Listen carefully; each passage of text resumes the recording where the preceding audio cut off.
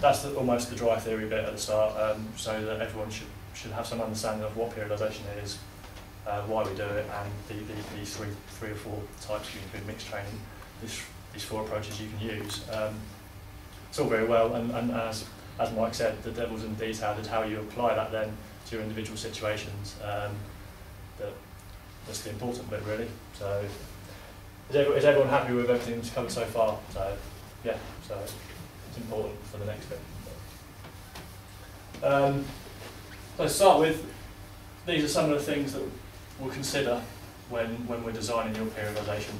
It's a two-way thing as well, so it's obviously coach input and input, and the aim is to have a plan in place that we're both agreed on is the best way forward. You're happy with what you're doing, and yeah, so you've got that in place to start with. Put it at the top. What is my goal? It all comes down to what you want next season, maybe further in the future, what it is you're targeting, what event, what performance you want from it, and from that we get the time scale. So you sort of begin with the end. You've got your goal at the end, and then you work it backwards to fit in all the things you need. Your current fitness, I'm working around it anti-clockwise for some reason. So you've got your goal at the end, you've got your current fitness. Many of you have just gone through the enjoyment of the lab testing phase, some of you got that to come, or some sort of fitness testing. You've got where you are now, you've got your goal at the end, and it's just filling in that gap. That's where the periodisation comes in. Long-term athletic development.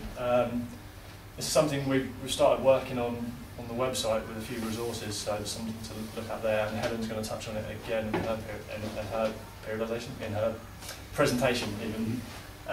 It's just this idea that many of you, if you're in cycling, you might have these dream goals, these future performances you want to hit, which might not necessarily come in the next season. They might be 5, 6, 10 years down the line. Examples, you might want to be your age group champion, time trial in the British Time Trial Championships. You might want to race the Tour de France. It's the dream. It's the reason you're cycling, the reason you're competing, and the reason you're trying to improve. With long-term athletic development, it's just the idea of it's almost your long-term periodisation. So it's not necessarily in a season. It's the periodisation of your career, and it's the same thing. It's making sure that you develop all those things that are going to be important for that dream goal.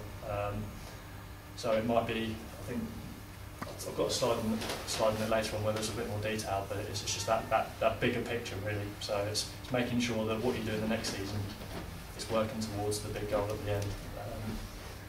Training history, it's that cumulative training effect again. Everything you've done previously is going to affect what you need to do now, or what you can do now. Risk aversion. Depending on which strategy you choose, it may have some inherent risks alongside it. Touch on some of those later. And restrictions. We're not all professional athletes, maybe with the exception of Nick here. So there are things that there's time on your side. Something we all have to deal with. The weather. We were talking about turbo training. I think it's quite a popular topic of conversation at the moment. It's perhaps not possible to do, although I think it is, 5-hour rides on the turbo, but you might not want to do that. So it's the restrictions you might have. So again, sign at the top, I'll go through each one in turn, maybe go in a bit more detail. It's the targets, it's the goal setting. Really buy into the process of goal setting. It's not just deciding you want to be national champion, it's going through the whole process, giving yourself a time scale when you want to be national champion, setting yourself some intermediate goals along the way, breaking down that performance, maybe deciding on a power output you're going to need to be national champion, and everything along those ways. So it's really buying into the process, and that's something we can help with if you're not sure on how to get the most out of it. Again, it's this idea of beginning with the end in mind. So decide on the goal, and then you work backwards and put the steps in along the way. And then decide on the nature of your event. Does it require one peak? Is there one event of the year? Is that one race, one event where you want to be at your best? double peaks may be a little bit more common. It's very difficult to throw all your eggs into one basket, so you might pick an event early in the year, late in the year, or you might be involved in a series. It might be a mountain bike series where you've got 10 races all spread out through the year, and you've got to decide how you're going to prioritise each event.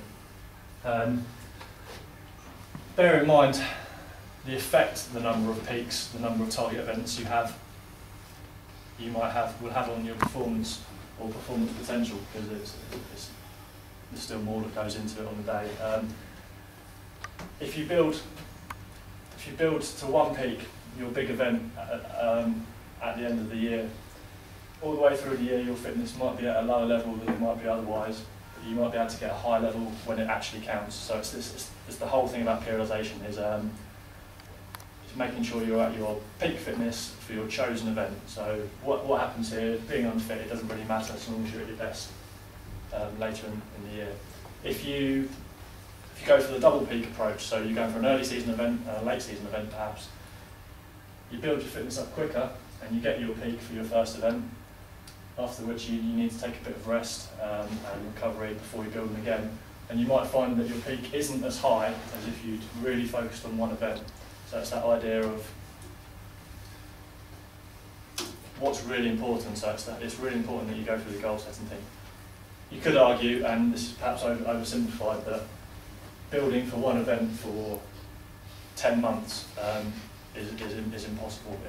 Mentally, it's going to be really tough, and perhaps physically it's not as good as well. So the double peak, perhaps that gap in performance at the end of the year is perhaps not a true representation. So it might be higher with a double peak, just because